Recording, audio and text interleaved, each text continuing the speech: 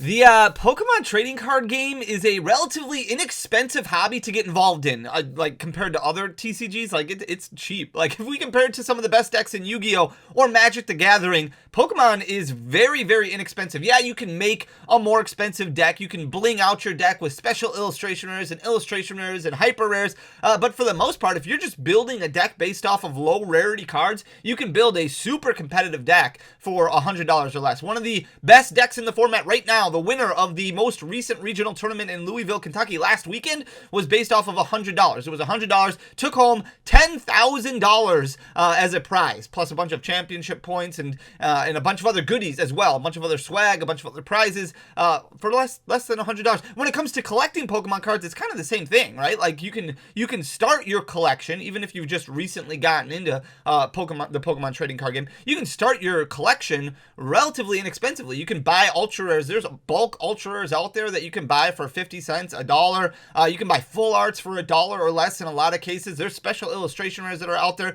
that are selling for under $10. There's a lot of chase cards out there. When you're talking about some of the special illustration rares and having pull rates of 1 in 300 packs or 1 in 500 packs, and some of them that you can buy for under $10, that's a good deal. Now, obviously, there are other cards out there that are much more expensive, grail cards that maybe you have a mindset that you want to get towards. Maybe you're working towards a Umbreon Gold Star or a Umbreon, and yeah, you can spend thousands of dollars on a singular Pokemon card, but for the most part, just getting into the hobby is relatively inexpensive. I remember when I first really started getting into the Pokemon trading card game, I was a very late bloomer compared to most people who got involved, because I did not collect during the original base set days, or I think maybe I was just a little bit too young. I didn't get into it until after Team Rocket had already come out and we were starting to enter like the Gym Heroes Gym Challenge. That's when I really started paying attention to Pokemon cards, and a lot of people were already kind of shifting out of the Pokemon card world, so I was kind of in it alone. None of my friends were playing or collecting or anything like that, but I fell in love with the game. I fell in love with the art,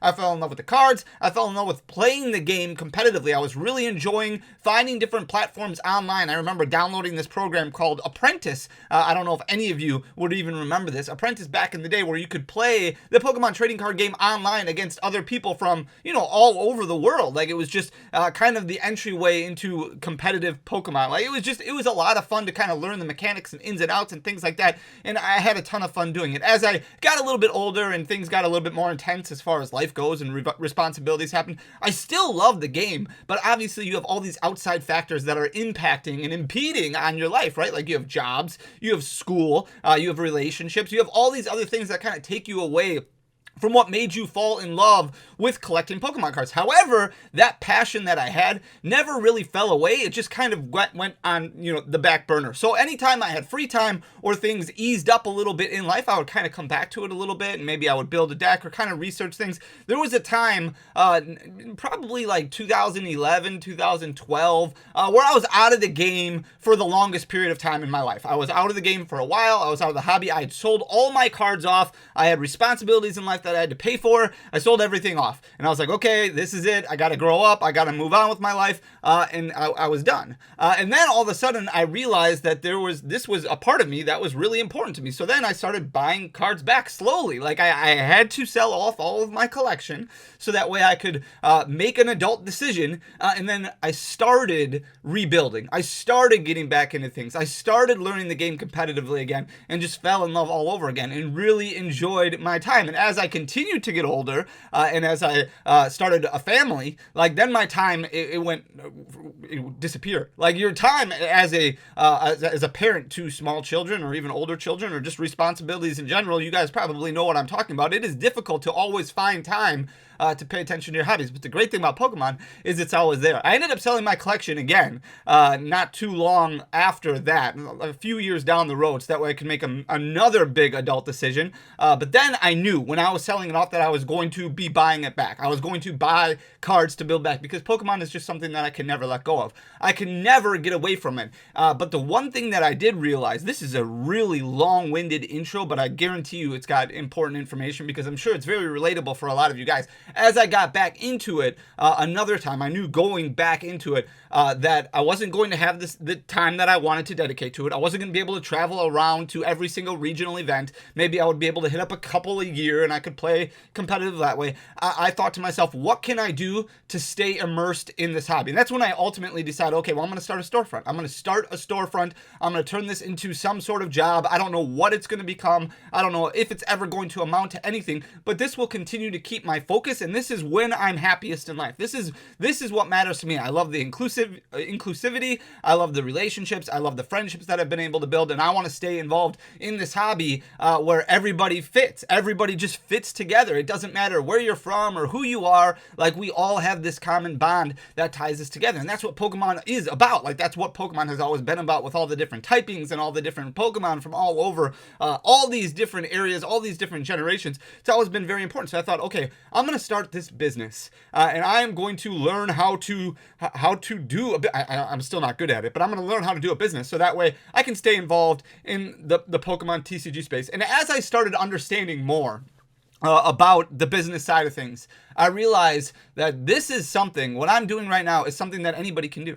It is something that you can do. It is something that literally anybody can do, and you don't even have to be a business owner. You don't have to have your mindset on making a salary. You don't have to have a mindset on making a certain amount of dollars per hour. You just have to have the mindset of loving Pokemon cards or enjoying Pokemon cards and wanting to grow your collection. This is something that anybody can do. Any Pokemon card collector can do to help grow their collection. And what I'm talking about is making your collection work for you. Now, obviously, we talked at the beginning of this video about Pokemon card collecting not being overly expensive. It gets less expensive if you start making it work for you. And I'm going to talk exactly in this video about what I mean by that, because I think a lot of people don't understand the whole concept of it. Now, I know selling Pokemon cards is not always the best thing that people want to do. Like, it may seem like a lot of work, and it is a lot of work. There's a lot that's involved with Pokemon card collecting when it comes to the selling side of things, and sometimes that grind can be really difficult. If it is something that you want to do, obviously you can make it work. It can work. It is a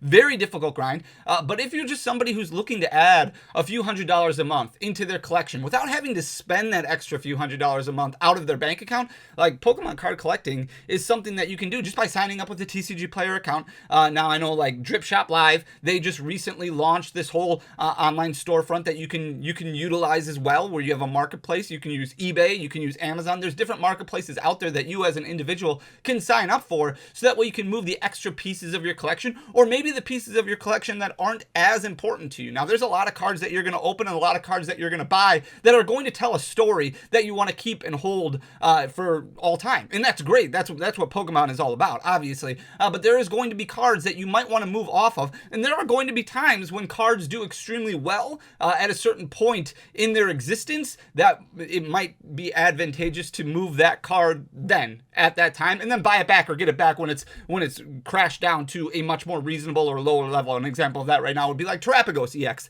That card just came out in Stellar Crown. It is a very playable card right now, not doing as well as I think some people hoped it would do, but could do better in the near future, and because of that, it's still selling for $10, $11, $12. The Dusknoir from Shrouded Fable is a very strong playable card right now. It's an illustration rare in the set. It just hit $30 or just came really close to $30. If you have a copy of that, you can sell that off now or trade that off now to increase your collection and then buy it back or get it back later on at a much cheaper rate once it rotates out or once it's not as favorable in competitive play. And that's why it's important to understand all those mechanics, all those different things that go along with collecting Pokemon cards. And this is all about making sure that you figure out a way to make your collection go for you. It's not as easy as me just saying it, though, and that's something that I really want to convey upon you guys. So I have this little breakdown, this little spreadsheet right here that kind of goes over selling on TCG Player. Like, this is just basically a TCG Player calculator, and I will leave a link in the Discord down below if this is something that anybody wants me to put in Discord. We have a free Discord that you can join, just talk with like-minded individuals. It's a lot of fun. I highly recommend joining it. They keep everybody very up to date on drops and a lot of other stuff. It's just filled with great people. And I can drop this in there if anybody thinks this is beneficial. But this is just, if you're opening up a TCG Player account, which is something anybody can do, anybody. Like, you don't have to have a registered business to open up a TCG Player account. You could just be your average Joe Schmo down the street who just wants to trade off or sell off some of their extra pieces so that way they can add to their collection. Now, obviously, TCG Player operates on fees. Like, TCG Player they're a business, they have to make their money. So this is the fee breakdown right here. If you start up with a TCG Player account, you're going to be paying about 10.25% of your sale to TCG Player. That is just their standard TCG Player fee. And then you have the payment fee, the processing fee, which would be either PayPal or credit card. They take an additional 2.5% of the sale. And then there's an additional 30 cents as far as a fee goes per item that you sell. So we're taking Surging Sparks, and I do have a few different examples here just to kind of give you an insight and understanding of what it looks like when it comes to buying Pokemon cards. A lot of people say, hey, Fanny, we want to sell our collection. We want to sell off of our collection. We want to get out. And if you want to sell your collection, that's great. And I totally understand, and I'm here to help, and I'd be happy to buy it. But there is, they say, what percentage do you pay? And it really ranges. There is a wide range of percentages. Now, ultimately, I would like to say I pay 75% of market price on modern singles that are near mint, that are English. And generally, that is going to be the going rate, but sometimes it could be a little bit more, especially if it's an easy to move card. And sometimes it's going to be a little bit less, which I'll talk about in just a second here. But this is a Surging Sparks booster box right here. So right now on TCG Player, these are selling for about $120. Surging Sparks is a set that a lot of people are very interested in. Obviously, we have Super Electric Breaker, which just came out yesterday. We should be getting our stock of Super Electric Breaker in on Monday, so that way we can ship out all the pre-orders for that. So go to CorrosioShop.com. That link will also be in the description if you want to order Super Electric Breaker. That is the Japanese equivalent of Surging Sparks, or at least half of Surging Sparks. This comes out in a few weeks in English. Surging Sparks does. And this is one of the higher sets, in-demand sets that we've had throughout the entirety of the Scarlet and Violet generation so far. Like, this booster box is selling extremely well on TCG Player. The price point is much higher than what it's been for a lot of new releases. Still well below MSRP, right? MSRP for these newer booster boxes ever since the release of Scarlet and Violet base is about $160. These are currently selling for about $120, which is still higher than normal, but far less than the MSRP price. Your TCG Player price point, your TCG Player fee, if you sell this for $120, is $12.30. That is 10.25%. These formulas are all in here. So like I said, if you do think this would be beneficial, I can put it in Discord. $12.30 is your fee for selling a Surging Sparks booster box at $120. Then you're looking at a PayPal / credit card fee that's going to be on top of that. That's going to be an additional $3 in fees. Your additional fee on top of that is about 30 cents, just because of the additional 30-cent fee. That means your break even kind of is $104.40.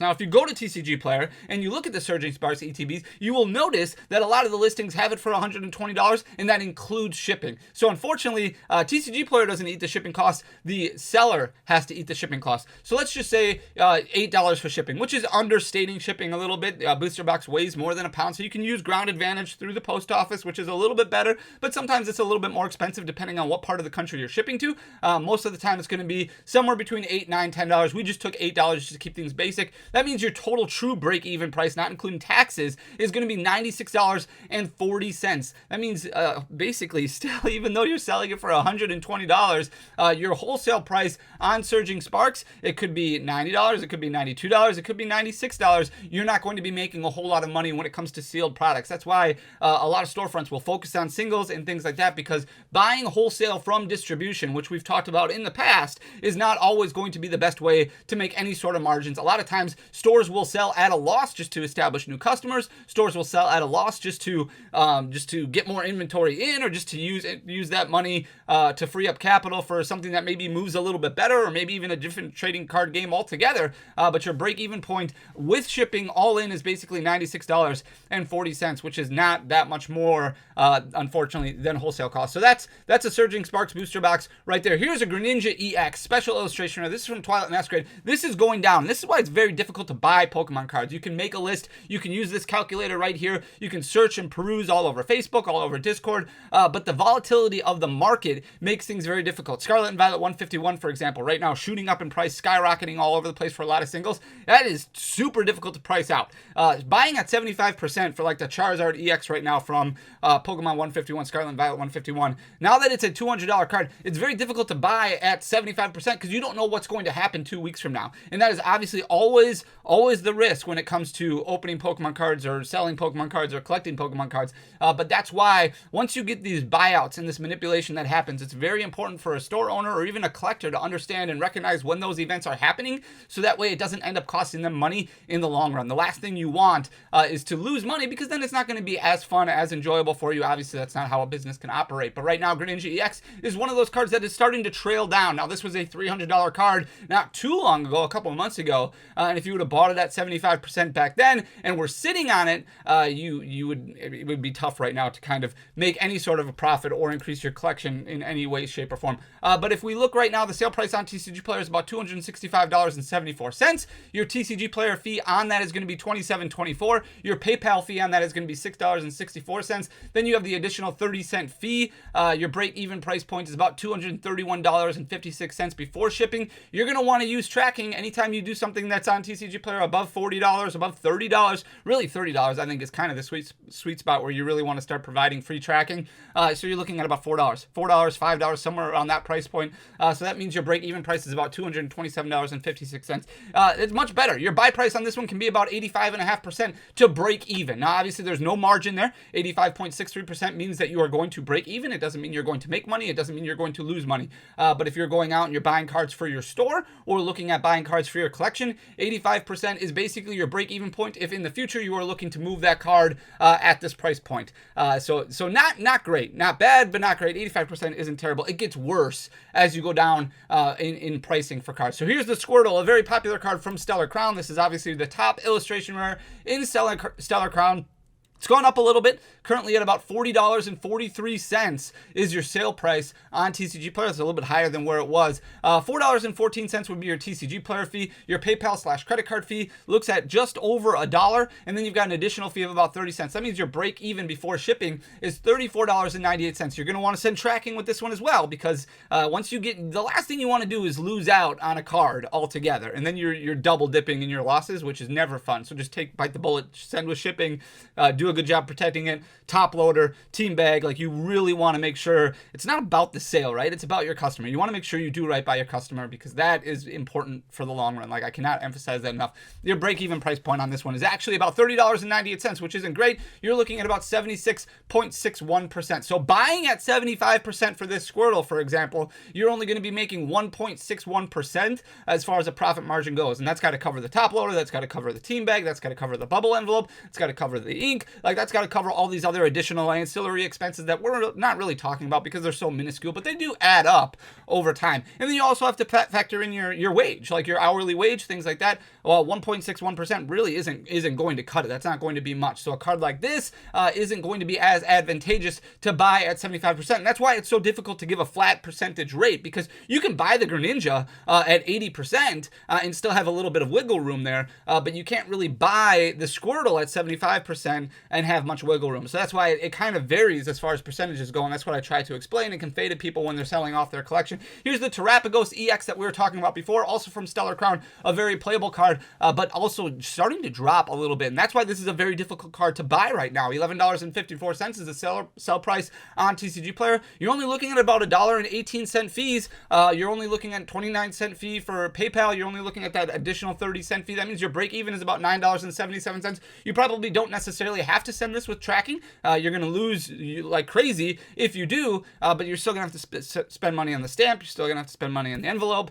the top loader, the team bag. That means your break-even price on this one is about $8.77, which is about 76% for a buy price. But this card continues to go down, which makes buying it very difficult right now anywhere near that price, because next week this could be a $9 card, and then you do have that Terapagos Ultra Premium Collection that's coming out in the near future that's going to bring this down even more. So that's another thing that's very important to understand. Here's Earthen Vessel, probably the most popular staple that's in competitive play right now. This card has also dipped quite a bit, and there are additional copies of this coming. The new trainer toolkit that just came out has, I think, 2 copies of Earthen Vessel in it, which is really strong. $3.04 is the current sale price of this one. Now, obviously, the reverse holo is worth a little bit more.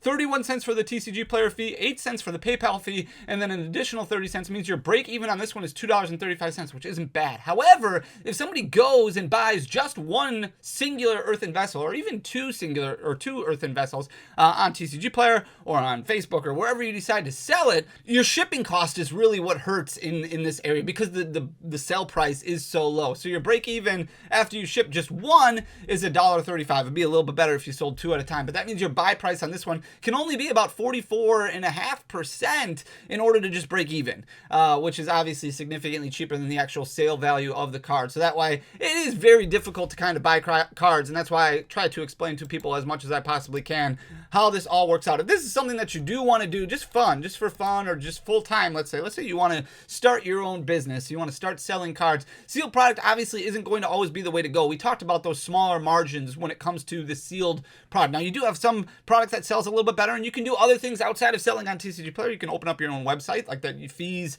are going to be significantly less on that one, but you might have to spend money on advertising or marketing to draw people into your website.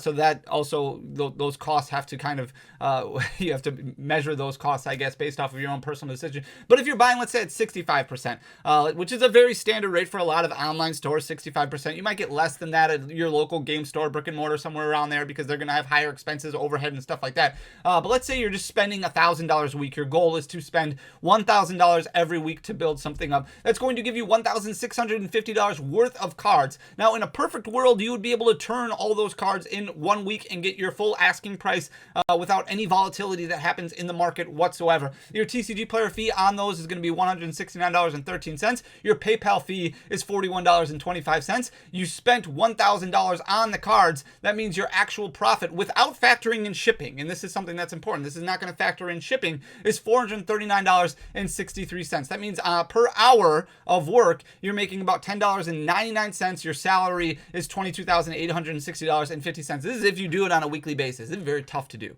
Very tough to buy $1,000 worth of Pokemon cards every single week. You would have to spend $1,000 on Pokemon cards every single week. You would have to very much peruse all the different social media websites, Discords, things like that, hunting down eBay. You can still find good deals on TCG Player, buying on TCG Player, and a lot of times TCG Player will be having kickback deals where they send additional cash back or things like that, store credit that you can take advantage of as a store owner, as a collector, as anybody who's involved in Pokemon cards. But it is very difficult to spend that money. It gets tougher as you get more look at making more money. $2,000 a week. Let's say you want to spend $2,000 a week on Pokemon cards. So you're spending $2,000. You're buying $3,300 worth of Pokemon cards. That's if you're buying at 65%. Your TCG Player fee on those $3,300 is about $338. Then you have the $82.50 PayPal fee. This isn't factoring in that additional 30-cent fee at all because I don't know how many, obviously you don't know how many items this is.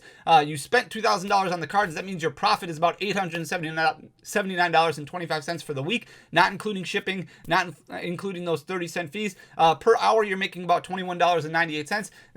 You got to subtract that down. That's just the sales portion. Like, obviously, you don't know how much you're actually investing. This is just assuming a 40-hour work week. $45,721. Now, as you buy more cards, you're going to be spending more and more time condition grading and doing all these other things. And this is why I'm talking about the grind and everything like that. So that is a respectable salary, but the amount of time that you're going to spend doing stuff like that is insane. It takes a very, very long time to do to get to anywhere near a full-time salary. That's why if this is something that you just want to have fun with, growing your collection, this is still something you can do to grow your collection and just do it sparingly. There's a lot of stuff that's already out there that you probably already have that you can move off of. So here, all I did was I just copy and pasted TCG Player holographic rares from X, Y, and Sun and Moon. So I just added filters on TCG Player, just broke everything down. But there's a lot of value, and this is stuff that you can just kind of find in your bulk. So if you're buying bulk rates for a lot of these cards, obviously you're not going to buy a bulk Charizard holo rare for 47 or for a quarter or whatever the bulk rate is for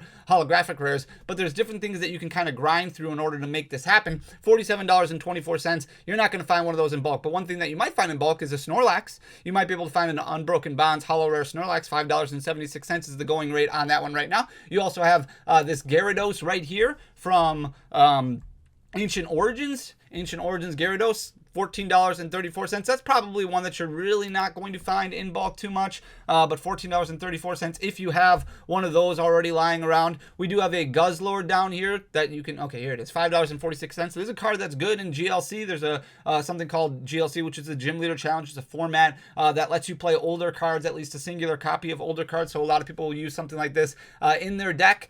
So Guzzlord from Cosmic Eclipse currently selling for about $5.46. You have the Mew from Unbroken Bonds. That one's selling for $4.64 right there. You have a Dragonite from Roaring Skies. That one is selling for $2.53 currently. The Machamp from Evolution. All the Evolutions Hollows have a little bit of value associated with them. Here's the Mew from Unbroken Bonds over here, currently selling for $4.64. The Swampert from Primal Clash, $4.94. The Typhlosion from Lost Thunder is currently selling for $6.09. And these are probably cards that you either have in bulk or have access to seeing in bulk boxes. Maybe if you go through them. Here's a Sylveon Rare. This is just a non-hollow rare from Forbidden Light, which is selling currently for $2.70. And then you have some other ones over here. This is Gengar from XY Breakthrough, $4.77. You have a Nihilego from Lost Thunder. This is another GLC card that does very well. This is a hollow rare from Lost Thunder that's currently selling for $9.32, that you might have some lying around in your bulk boxes already. So it's important to realize that every Pokemon card has some sort of value to it to somebody. And just leaving them sit around, I cannot express enough how many times I see Pokemon card collectors just leave stuff lying around, just forgetting about it. And then you're not doing any favors to yourself, kind of making your collection work for you. And that's kind of the big thing that you want to do. If you want to spend the least amount of money on collecting Pokemon cards. Collecting Pokemon cards is a lot of fun.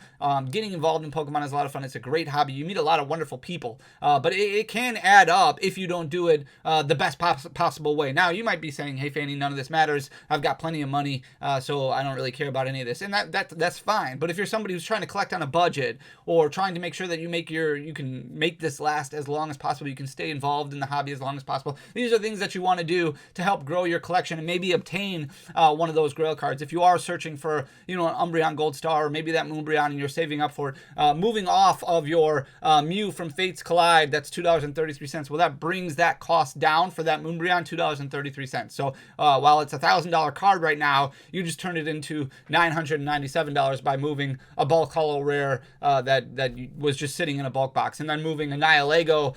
Now you just brought it down to $988 just by moving off on that Nihilego. And it's all about eating an elephant one bite at a time, taking your time to build up to that price point. So bottom line is, now that I've made this video way too long, bottom line is, if you want to open up a storefront, if you want to sell cards for a living, or just maybe you want to start slow, which is the way that I definitely recommend it. You see all these signs about, hey, owning $1 million card business. Take your time. Like, take as much time as you possibly. Start out with a card. Start out with 2 cards. Start out with 3 cards. Doesn't have to be this giant purchase overnight. Fit it into your schedule and try and grow something, if that's something that you truly desire to do. But if you have no interest in that, you can still do something like this to help grow your collection. And that's really the bottom line, doing what you can to help make sure that your collection goals are hit without spending too much. I guess doing whatever's best for you. That's what this really is all about. So I hope you enjoy the content. If you did, please hit that subscribe button down below, leave a like, leave a comment. It goes a long way for the algorithm, but most importantly, just thank you